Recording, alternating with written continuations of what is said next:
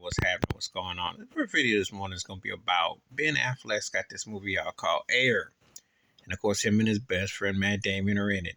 It's based on the Phil Knight story of Nike back in 1984 when they were taking a chance on a rookie NBA player who, unbeknownst to them and the rest of the world, was going to take the nation by storm. Of course, not only with his athletic prowess on the court, but he would be a major marketing figure who would change the culture and become an iconic logo, which you now see everywhere. But at the time, no one knew what it was going to quite be like. Of course, our legendary player was Michael Jordan.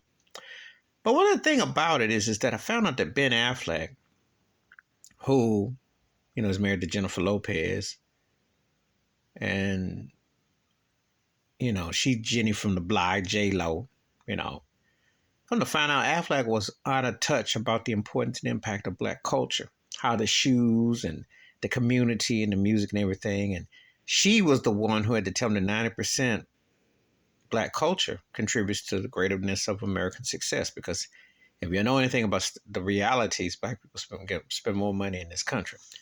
But he wasn't that hip. And I was part of me was kind of caught off guard for the simple fact he kind of cost kind of liberal, like he would think he knows a few Black folks. Come to find out, he had asked Chris Tucker and Viola Davis to start a movie about the Black correlation to shoes and the merch. And I'm like, okay, you really are in a real white world, because, you'd like to think that someone who kind of be halfway around Black folks would know some common sense, but he goes to basketball game, but it didn't click. So she had to explain. I'm cracking up because his wife's a culture bandit, and he's whiter than a white egg that you find in a carton. And I'm like, wow, this is interesting. Yeah, she had to explain to him.